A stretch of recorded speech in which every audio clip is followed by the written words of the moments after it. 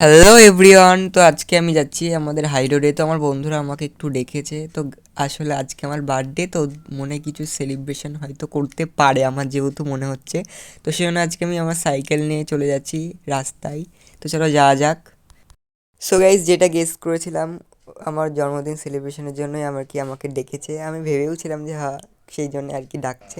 তো এগুলো কেকটাও এনেছে, কেকটাও খুব সুন্দর ছিল। আর এই যে দেখো, হাই রোডের ধারে আর কি ওখানে সেলিব্রেশনটা করা হবে। তো আমার তো খুবই ভালো লাগছে।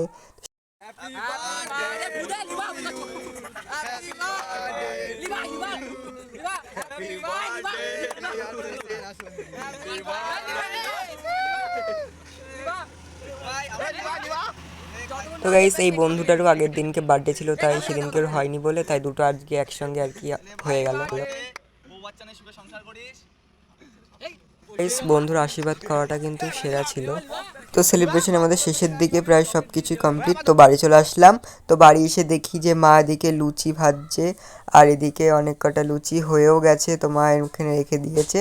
তো এদিকে আবার হচ্ছে দেখছি মা মাংস আর কি রান্না করবে, তো সেই জন্য নুন হলুদ মাখিয়ে রেখে দিয়েছে। আর এদিকে কমপ্লিট রান্না করা, তো এখানে আমাকে দিয়ে দিয়েছে খেতে। তো আমি এদিকে লুচি মাংস খাই। তোমরা মিল ব্লগের জন্য সাবস্ক্রাইব করো, বাই।